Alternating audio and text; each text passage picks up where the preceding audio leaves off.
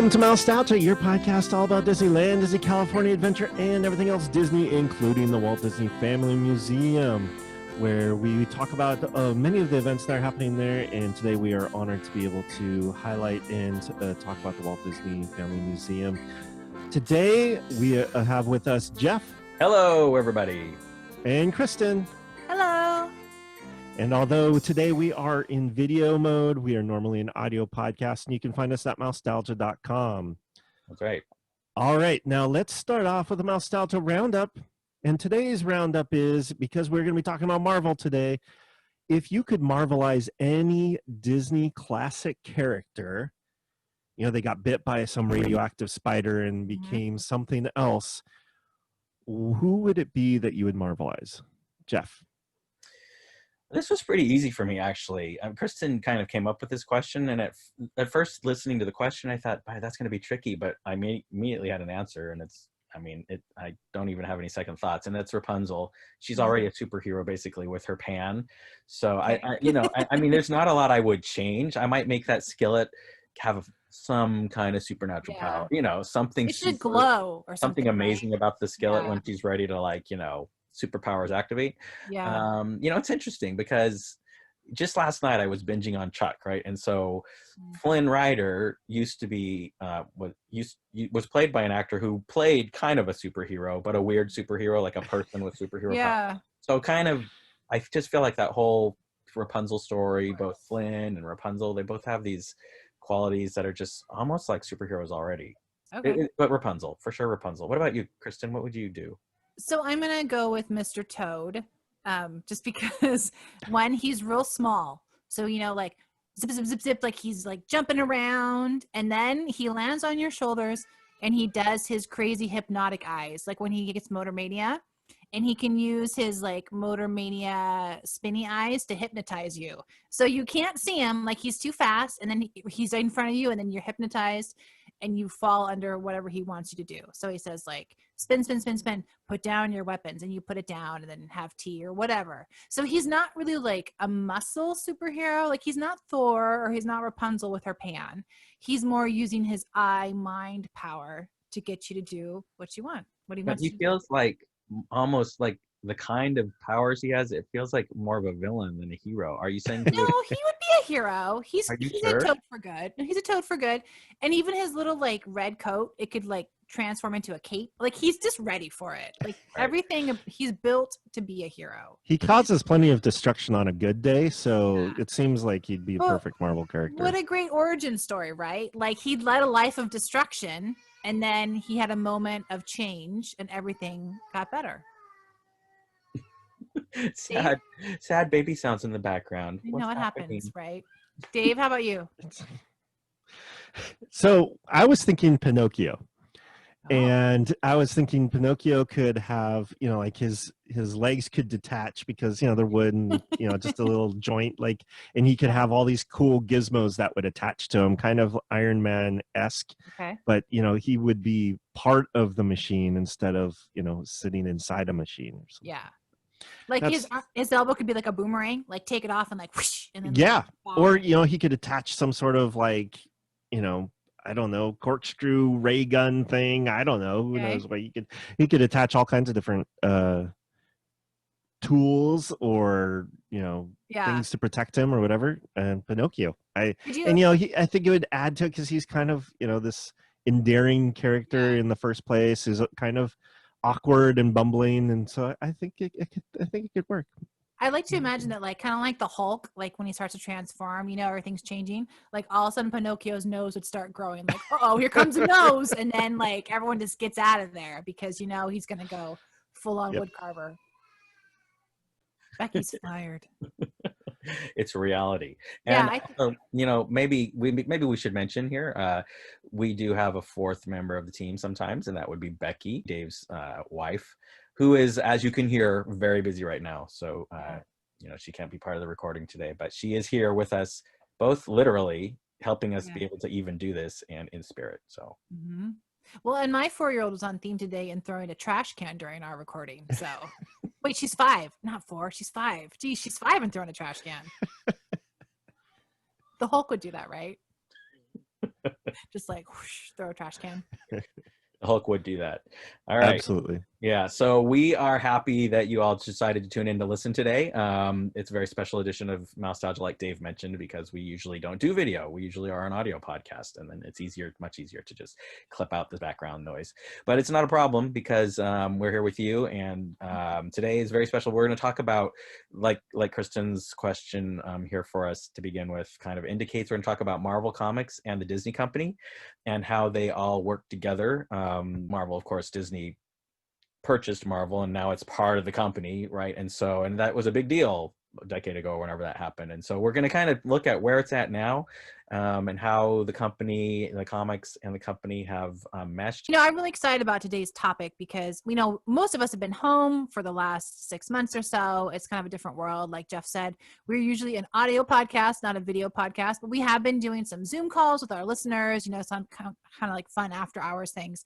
And I feel like in these last 6 pandemic months, like my Disney fandom has really been expanding, right? Because I've had a lot more time to incorporate, different books or video shows or podcasts or whatever. And I think kind of like on brand with my expansion of my love of all things Disney. I mean, Disney the last couple of years, like what don't they own at this point, right? I mean, it's like Pixar, Star Wars, and Marvel. I mean, they own pretty much everything, which is awesome because it just feels nice to all be under that same umbrella of the mouse. And so I don't know, I'm really excited to talk with our guest today about Marvel and how that kind of fits into the Disney world, just because I'm really new to comics. Marvel is fine. I just don't know very much about Marvel. I didn't grow up reading comics.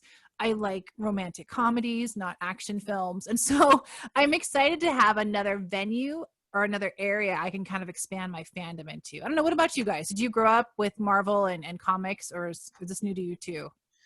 Well, I did. I mean, I pretty much grew up with Spider-Man comics. I mean, that's once I got allowance, I can tell you my whole childhood here. It was a quarter a week, right? Allowance was a quarter a week, and a quarter would buy you a Spider-Man comic book, and that was great.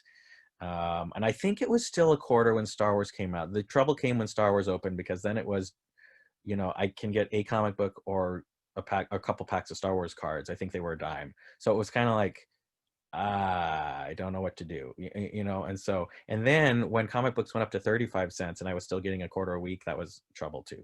But I definitely grew up with comics. I mean, I remember the choices, I think, you'd look at that rack and spin it around and make sure you didn't miss something, and just figuring out what to do with your quarter. I just remember that. Like, I almost feel like I could go around the corner, ride my bike to the store, and spin the rack and choose a comic to this day. How about you, Dave? Did you read comics? I did not, unfortunately, and it was, but in an odd twist of things, it was mostly because my parents didn't, or primarily my mom didn't feel comfortable with me having them, because she knew that some were bad, and then so by default they all must be bad, or it's easier to just for them all to be bad.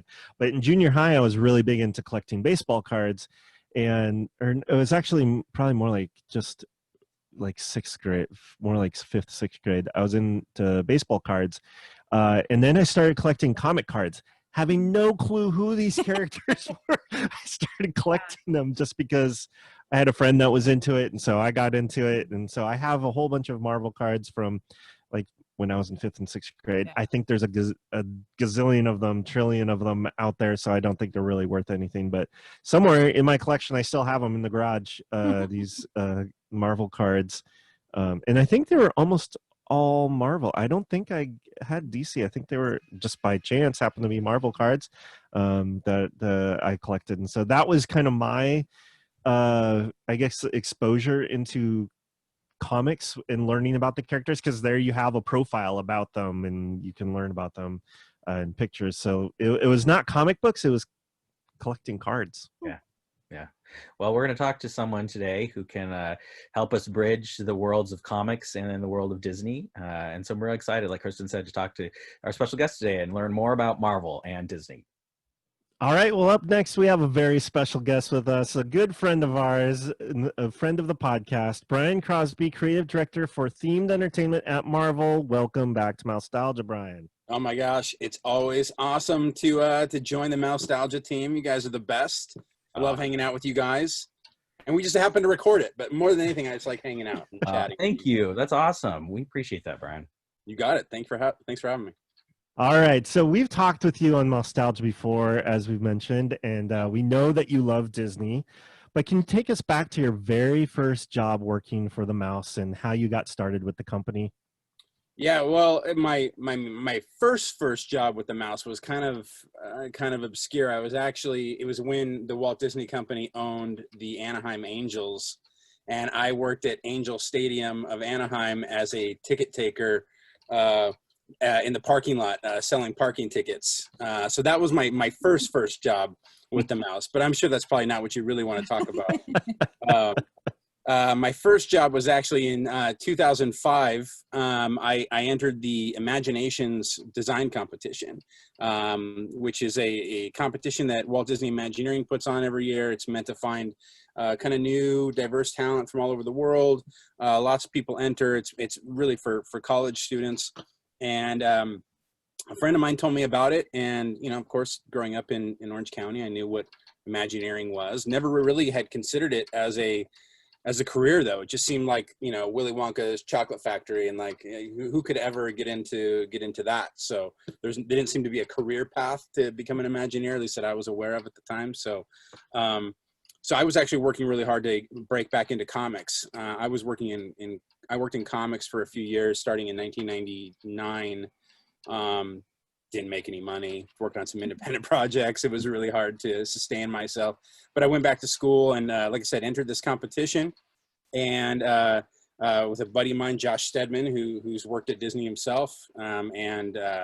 We presented an idea for an attraction that was based on 1990s film, The Rocketeer, which was near and dear to our hearts. Loved the aesthetic, loved the music, the whole thing, superheroes. There was a lot of stuff that we dug at that time. Because basically in 1990, I believe you were seeing either one of two movies. If you were old enough, you were seeing Terminator 2. And if you were younger, you were seeing The Rocketeer. And so we all saw The Rocketeer. And anyway, we entered this competition, and the folks at Imagineering liked our submission. We pitched it for California Adventure. It was kind of a moving simulator, if you will. It was like a simulator that's on a track. So you got, trying to think of anything that's like that in the world. But anyway, so we went to the competition. They liked our stuff. They brought us in for interviews, and from that I got an internship working in the art library at Walt Disney Imagineering. So for the summer of 2005, I was cataloging art and working with a lot of the physical artifacts that Walt Disney Imagineering had. And at the time, not a lot of artists had transitioned into digital art yet. So it was mostly physical pieces. So all the artists were bringing in physical art to catalog and have scanned and all that stuff. So it was great for me as a young aspiring artist myself in college. I got to meet everybody. Tony Baxter, Bruce Gordon, they would come through with all this amazing artwork, and I got to know all of them and show them my portfolio and get their feedback. And I really tried to take advantage of that summer and get to meet as many people as I could, and that transitioned into a full-time job at the end of the summer. Still not as a concept designer, though. I was working in visual imaging production, my first job at Imagineering, which is essentially like putting together presentations.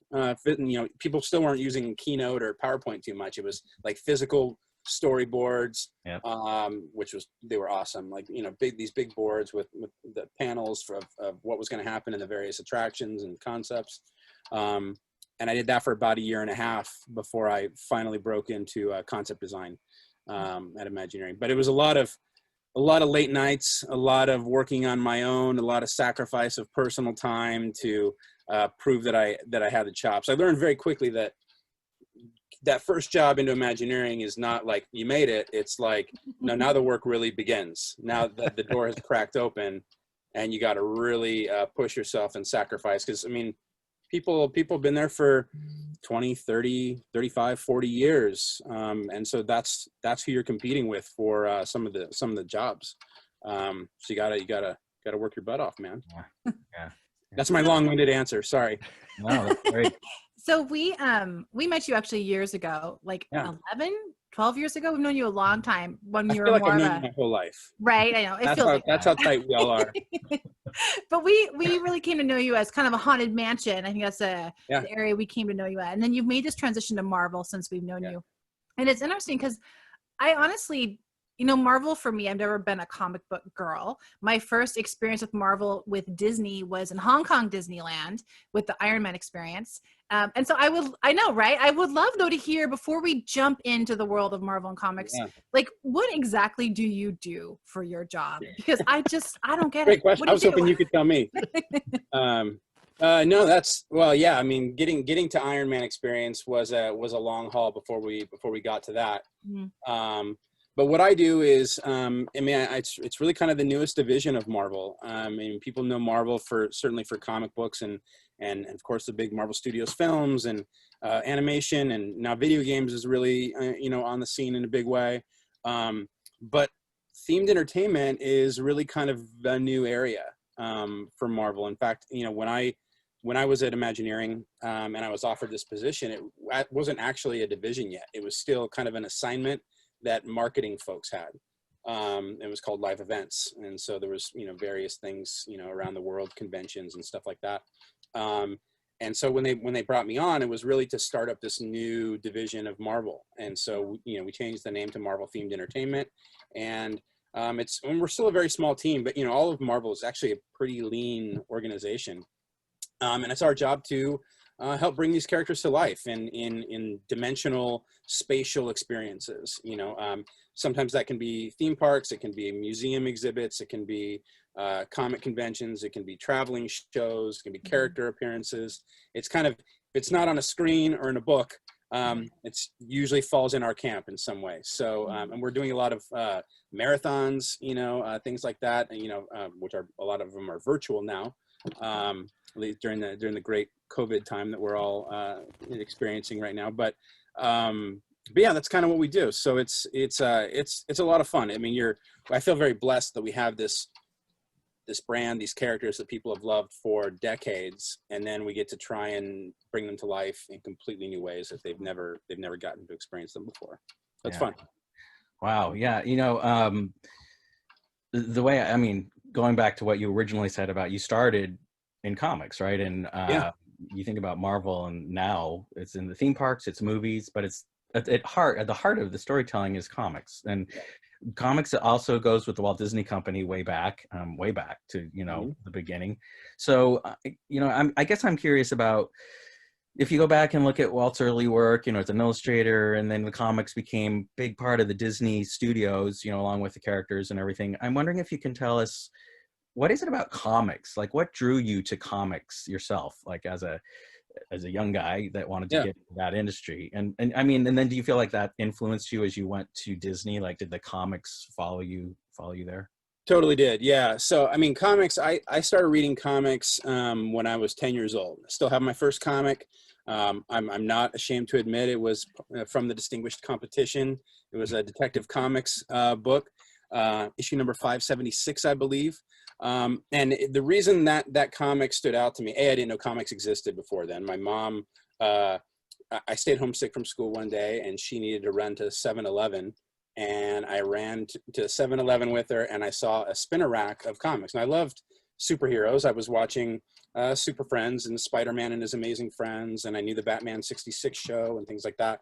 And then I saw this spinner rack of all these stories, these magazines of the superheroes that I loved. And I'm like, what are those? And she's like, oh, you can get one. It's a comic book. And so I got this Detective Comics book. And what was interesting is, like, when you think about, watching a film or a TV show, when the credits show up as a kid, you're out. That's the end. Like, you turn the TV off, change the channel, whatever, until Marvel Studios came along and taught us to sit through all the credits. We know better now, but at the time, when the credits showed up, you were gone. So, but in a comic book, the credits are in the front, typically. So I opened up this comic book, and I started reading names like Todd McFarlane, and seeing that there was an artist and a writer and an inker and a colorist in it. And it dawned on me that there were people that did this. Like, that's what they did. Like, they drew superheroes. So I loved art, loved drawing, loved superheroes. And I was like, I want to be one of those guys. I want to be one of the guys that gets to draw the superheroes all day.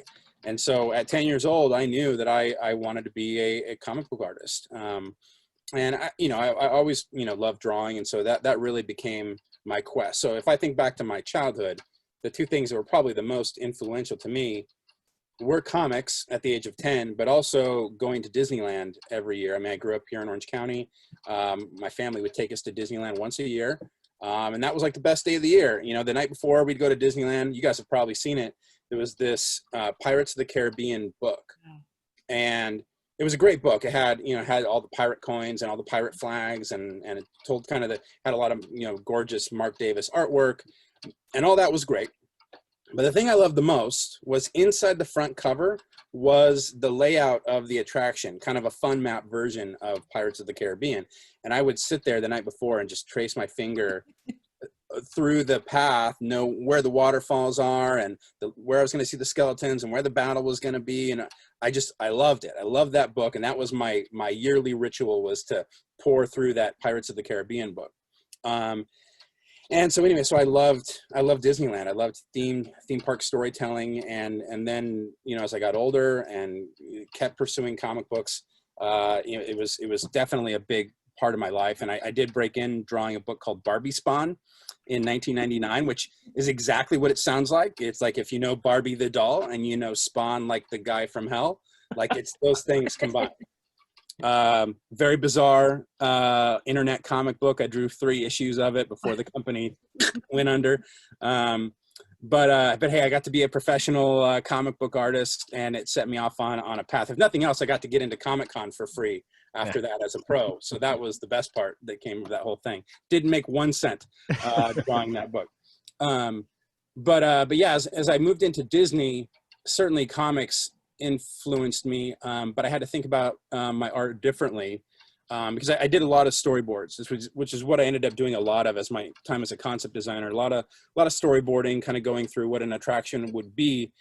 But when you're storyboarding an attraction, you have to think about the action differently, because you're not so much thinking about, in a comic book or in a movie, I can get in close and zoom in on a character's face, or I can do a bird's eye view or a worm's eye view. I can show all these dynamic ways of telling a story.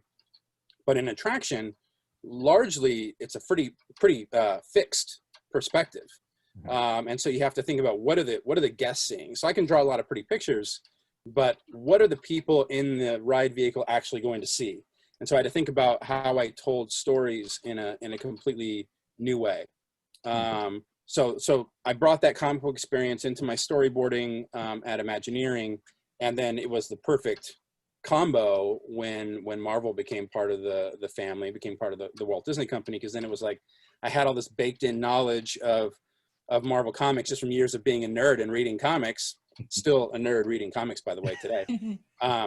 And so then it was like Marvel and Disney in the parks, yes, but then also how could we take Disney characters and stories and bring those into the comic books? And that became the Disney Kingdoms line of comics that Josh Shipley and Jim Clark and myself and Andy DiGenova, and folks you've probably heard of and talked to.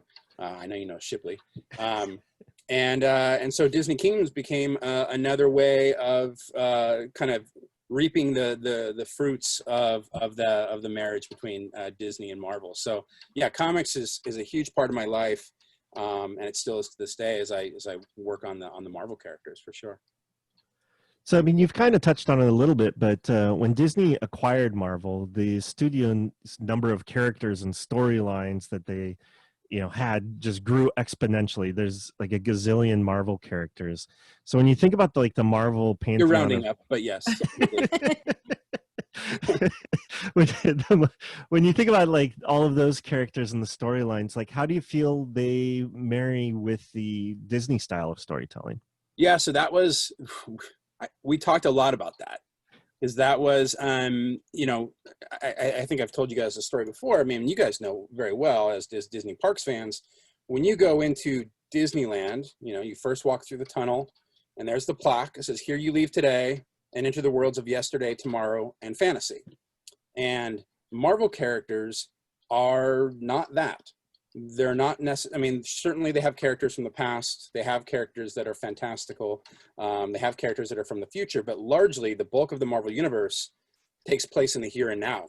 You know, Peter Parker is a kid from Queens. You know, he goes to high school and he has to hold down a job, and he is trying to get the girl, and he's trying to take care of Aunt May, coupled with his responsibilities, this duty that he feels to do right by the death of his Uncle Ben. He's a normal kid. He could go to Disneyland. He could go to a Mets game. He could go to the Empire State Building. These are things that people do in our world. So we had to think about telling Marvel stories in a very different way, and how that fits into the Disney parks. And, you know, Kristen mentioned, you know, the Iron Man experience. We really dug deep on that one because that was the first Marvel attraction we ever did in a Disney park. And so we knew coming out of the gate, we had to have a position, a philosophy on how these characters worked in the context of the parks. And we chose to embrace the idea that Tony Stark knew he was in Disneyland. He knew he was in Tomorrowland. He was bringing the Stark Expo to Tomorrowland.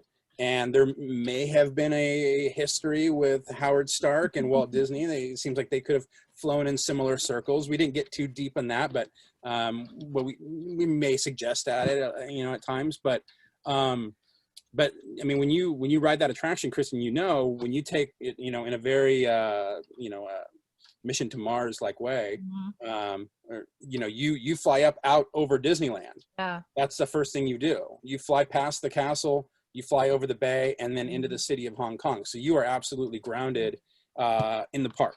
And so we didn't shy away from that. So that was probably number one breakthrough, was figuring out how we could integrate those two ideas.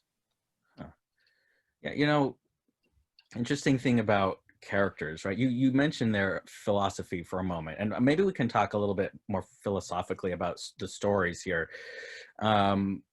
You know, we've had people on the show before talking about the hero's journey. You know, most stories boil down to the hero's journey. Well, Marvel is heroes, like it's literal heroes. So that, right, you know, those stories are heroes' journeys in a big way, right? But then most Disney stories go back to Grimm's fairy, well, not most, I shouldn't say that, but the early ones sometimes would go back to the Grimm fairy tales. They're a little bit more, the word is not subtle, but like a princess story, right? So I'm wondering if you can talk about storytelling and how Marvel's storytelling has worked and meshed with Disney. Like, do you find, is it just two different worlds, or do they ever, you talked even a little bit here about how you wanted the Marvel world to live in Disneyland, right? So, or like Disneyland to be in the Marvel world, I guess is a better way to say that, right? So can you talk a little bit about how the stories work in general together? Do they work together? Do they mesh? Is it just a different kind of storytelling?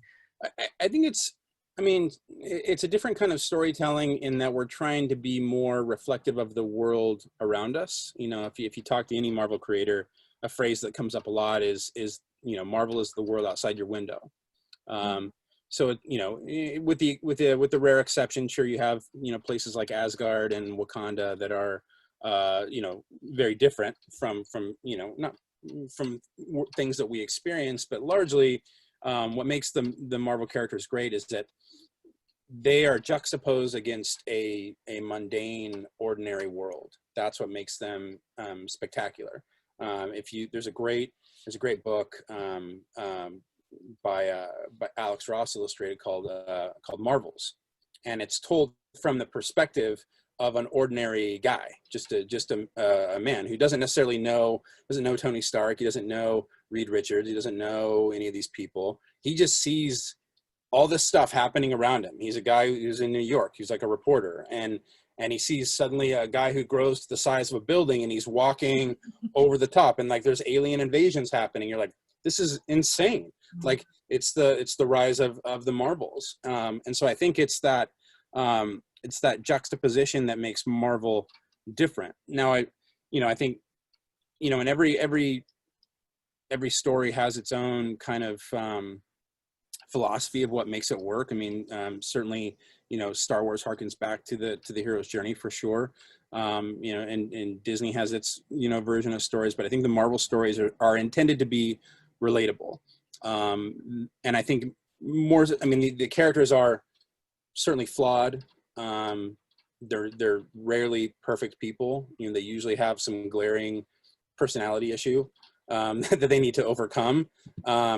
And it's not so much about the costume, right? It's not, I mean, I'm looking at your shirt, Jeff, and I'm looking at, you know, Iron Man and Spider-Man, but really any good Spider-Man story is really a Peter Parker story. And a great Iron Man story is really a great Tony Stark story. And so we try to dig into who is the person underneath the costume.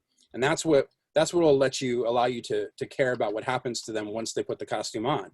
If you don't know who they are underneath, then they're just some crazy guy in spandex jumping around, and it doesn't mean anything.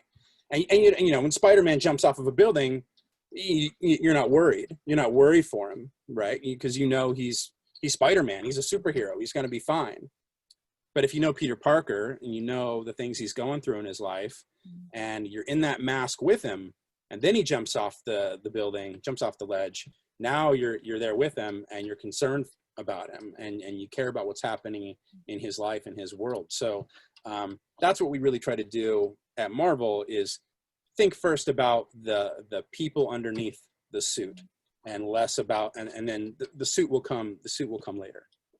That's interesting. You know, you're talking about that book Marvels, and yeah. I guess one thing that's amazing about Marvel's themed entertainment division, what you deal with, is that now people can actually kind of live that. Like, you can kind of go somewhere where Marvels happen around you, like for the first time, really, you know, in the past 10 years or so than ever. You know, you can live Marvel, right? So I'm wondering that, you know, it's like, to live in a world that has actual superheroes in it, that seems to be like an incredible obligation that you have to fulfill, right? To make people believe that. Can you share with us some of the like challenges, or maybe like the great success stories that you've had with Marvel themed entertainment, you know, to bring this huge, larger than life world like to real life? Sure. I mean, we certainly, you know, anybody who works at Marvel or Disney or Lucasfilm today, if they don't tell you right out of the gate that we're standing on the shoulders of giants, you know, they're lying, because we are. I mean, you know, we all have inherited amazing characters and stories from brilliant creators, legends in the pop culture world. And so there's a certain there's a responsibility that comes with that. Hey, with great power, there must also come great responsibility, right? So if we're gonna tell stories with Spider-Man, a character that means so much to people all over the world, in every country, you know, people know who Spider-Man is, you know, and we're gonna create a thing. It is a responsibility to deliver on something that is aspirational, is iconic. Hopefully something new that they've never experienced before. I think if we're just retreading the same stories over and over again, that's not exciting. That's not what Stan would do. Stan was always pushing himself to do something different. Same with Jack Kirby and Steve Ditko and all the other amazing creators that have come since. You know, that's how Marvel Comics has lasted so long. Is they keep reinventing themselves and finding new angles, new ways into the story. So I think in terms of Marvel themed entertainment, you know, the Iron Man experience will always be, you know, very special to me as the first attraction we got to do in a Disney park.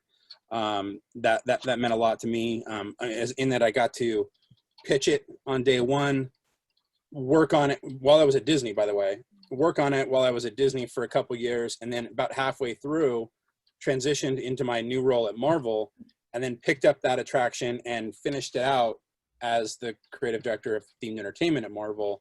And, you know, and by the way, working with an amazing team of Imagineers, Robert Coltrane and Ted Robledo, and so many others, Alex Scribner, so many that I couldn't even begin to mention them all. So I mean, it takes a village, man, to pull these attractions together. So Iron Man experience certainly was one that I've talked a lot about in the past. I know, you know, Guardians of the Galaxy Mission Breakout. I think that was a big win, mainly because a lot of people had already assumed that it was destined to fail, and they were going to hate it no matter what we did. Because I don't know if you heard, but some people were upset. But you know, I think with that one, we believed in the story we were telling. We knew that we had something unique. We knew we had something fun, that was funny, that had great music, and much like with the Iron Man experience, you know, where it's a simulator attraction, there's nothing sacred about a simulator having to be married with Star Wars. We know Star Tours here in Disneyland, but in Hong Kong they don't have Star Tours, so they don't know that attraction. And Marvel is more fresh and exciting for them. So we married a simulator with a different kind of story. And in the case of Tower of Terror, you know, we have, you know, that falling, dropping sensation that you get from that elevator shaft, and we married it with a completely new story. And hey, it doesn't have to be scary and mysterious. It can be fun and funny and rock and roll, and it can be eccentric and loud, and we're going to try something different. And I think people dig it. You know, I think people have fun on that attraction. So, although my mom, not so much. she loves Guardians of the Galaxy, but the whole falling, dropping thing, she's out. She did it once for me, but that was it.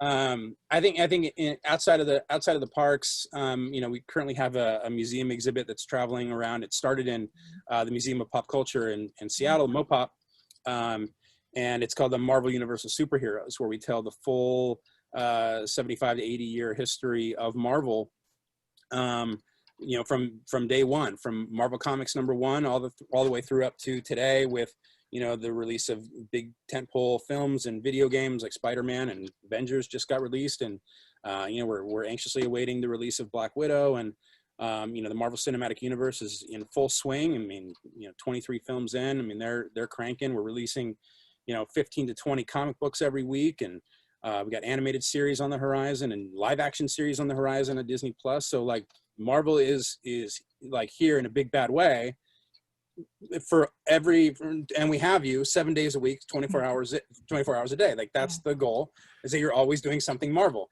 And you just ignore every other intellectual property on the planet. That's the objective. But yeah, so that museum exhibit was a blast. You know, we got to, you know, we worked with some amazing curators and professors to pull that together. You know, we had collectors who contributed original artwork, even a page from Marvel Comics #1 that looks like it was drawn yesterday. It's a gorgeous piece. We have interactives, you know, photo ops. You get to sit next to the Thing, and that's one of my favorite photo ops, by the way. Speaking of the world outside your window, if you go into that exhibit, you sit next to the Thing from the Fantastic Four, big orange rocky guy. You sit next to him, he's falling asleep. And behind him is a window, literally looking out of the Baxter Building, and you see different Marvel things happening. You see Galactus landing, you see Captain Marvel go flying by, you see Peter Parker swinging through the urban jungle of Manhattan. And that whole sequence we called the world outside your window. That, you know, Marvel happens out there. So that exhibit was a lot of fun. We have Marvel Universe Live, big arena show that we worked on with Feld Entertainment, the folks that do Disney on Ice, which is a great kind of all ages arena show with pyro and stunts and all that stuff. So I mean, we're getting to work on a lot of really cool, exciting things, and you know, it's a blast. Yeah, I'm having fun. You know, I have to comment on the museum exhibit we saw when it was at MoPop. Yeah. And it was really interesting because all of our friends took their kids, and you know, and their kids at the time were like 4. It was kind of the median age we were at.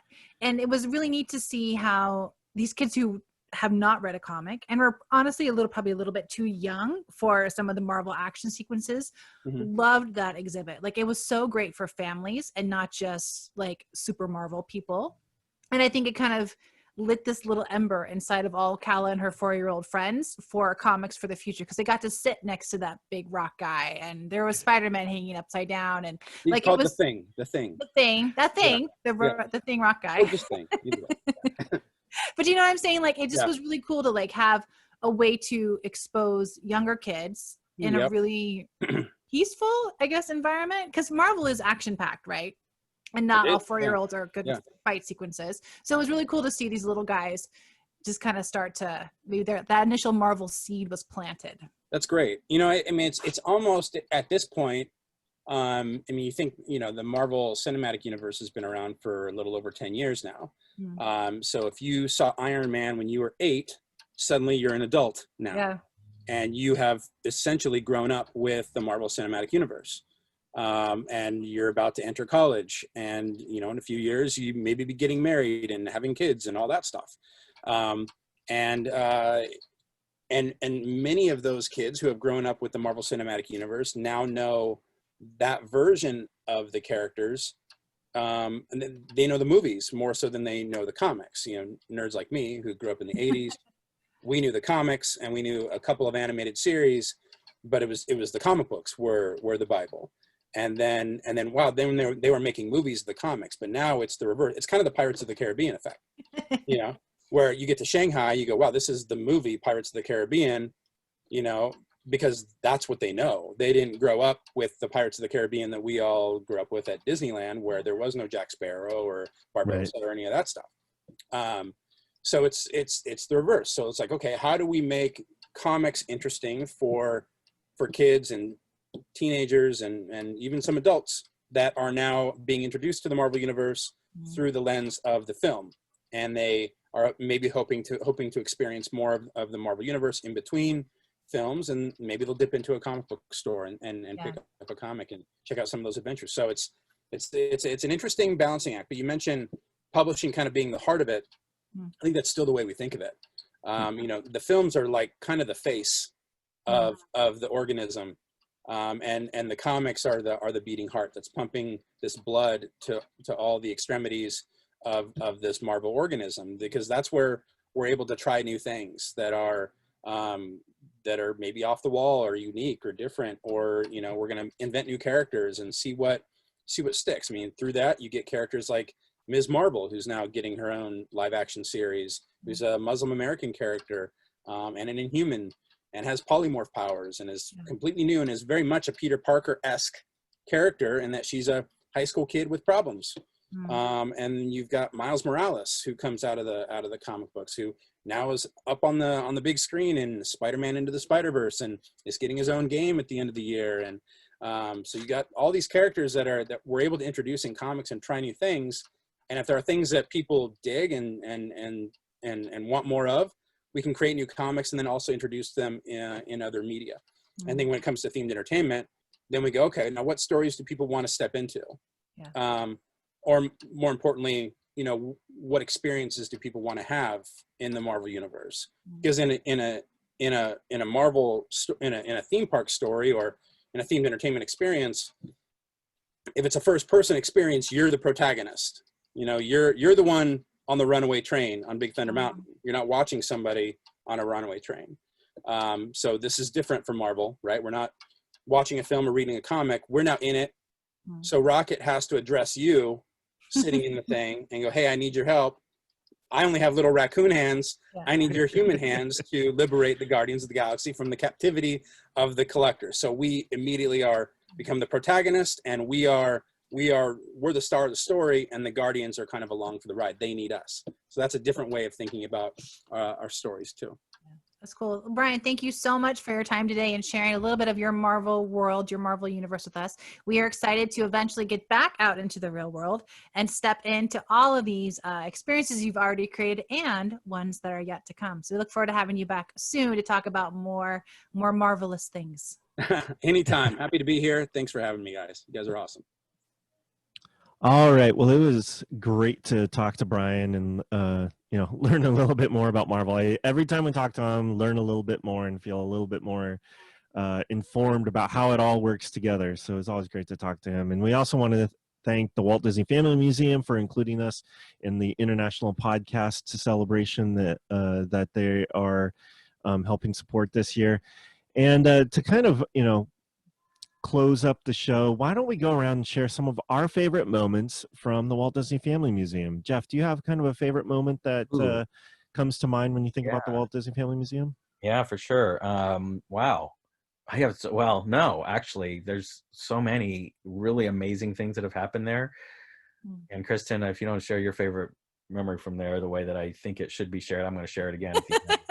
But, I don't know which one that's going to be. I have so many. I have some ideas. But... We're going to find out. I mean, and I don't want to steal anyone's. I feel like as a podcast, one of our highlights was being able to be just in any little way involved with the programming there. They had this amazing display of Mary Blair art called, well, I'll show you the book. I have it right here. Magic, Color, Flair, The World of Mary Blair. And this is the catalog that was published to go with the exhibit. And, it's an amazing exhibit. I think, did John Canemaker, I think, was part of putting that all together. And at some point they decided to put an audio tour along with the exhibition inside the exhibition hall.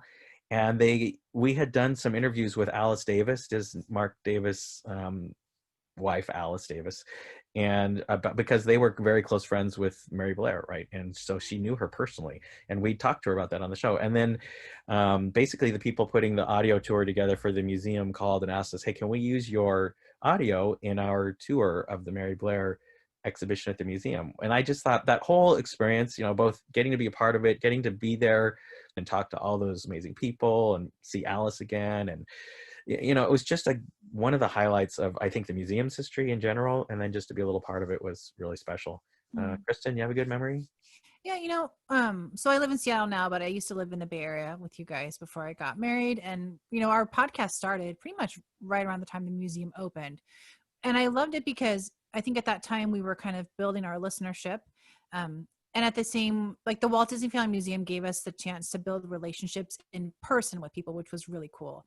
We would have listeners on Mousetalgia, and then we'd say so-and-so is speaking here next month. We're all going to be there.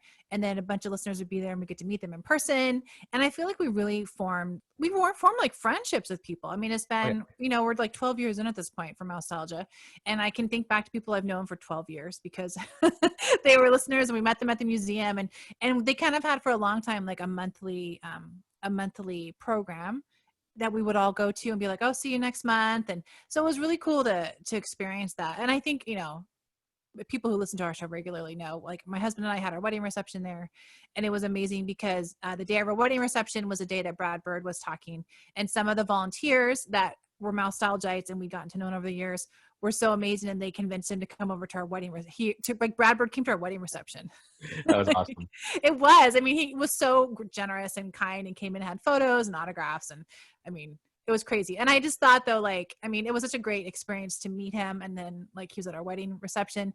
But it was even cooler to know these relationships that the museum allowed us to form just by giving us a common place to come and love Disney together in the Bay Area, right? It's not like Disneyland where maybe you kind of see the same people around or you have clubs or whatever. But it was really cool that they were in the Bay Area, and they kind of just gave us a meeting ground for people who love Disney to get to know each other. Because, Disney, we love the movies and the theme parks and everything, but we love the people, and we love knowing people who are like us, which I think is one of the things I love about Mousetalgia, is just open up so many doors for us to meet fellow Mousetalgites. So, Dave, what about you? Do you have a favorite memory?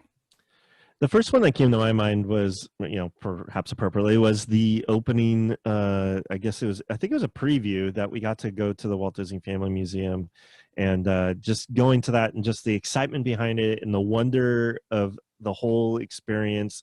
And again, we got to meet some listeners that hadn't met before right there at opening day. It started right then. Got to meet some people, and then some people that we met then became very, very good friends later on. And like you said, all those people that we've met over the years and we've been able to have barbecues with, and to be able to, share lunch with, and just to hang out with, while you're waiting in line for the next event and you're sitting there and talking and getting to know each other. And then you see them, of course, at all the other events, around the world as well. So it's I think the opening day or the preview day that we went to, I think, was probably the first thing that came to my mind, and just how exciting that was. Yeah, for sure. So if you've never been to Walt Disney Family Museum, we, of course, would encourage you to take the trip out to San Francisco. It's in the beautiful Presidio National Park. It's an amazing place to be. You can walk to the Golden Gate Bridge. You can make a whole day of it. And then you can, of course, enjoy learning all about Walt Disney, everything from his childhood and his life through all of his films and his work on themed entertainment and his amazing theme park, and then what he did after that, working on also the World's Fair. And then there's this amazing tribute to Walt Disney at the end that you want to have some tissues for. I mean, the whole experience is just amazing. A great bookstore too. You don't want to miss the Walt Disney Family Museum. So if you've never been there, here's Mousetalgia's nudge. Save make a little time, and when the pandemic leaves and you have space in your life again to start traveling, maybe consider going out to the Walt Disney Family Museum. You will not regret it. All right. Well, that's all the time we have for today's show. And if you want to find out more about us, you can find us on social media at Mousetalgia, or go to mousetalgia.com. There are links to subscribe. You can find out more about us and find the, a list of all of the episodes that we've had in the past, and search through if there's content you're looking for. So check that out at mousetalgia.com. All right. I think that's everything. So let's go Carpe Kingdom, and thank you for checking us out. That's Bye. right. Bye.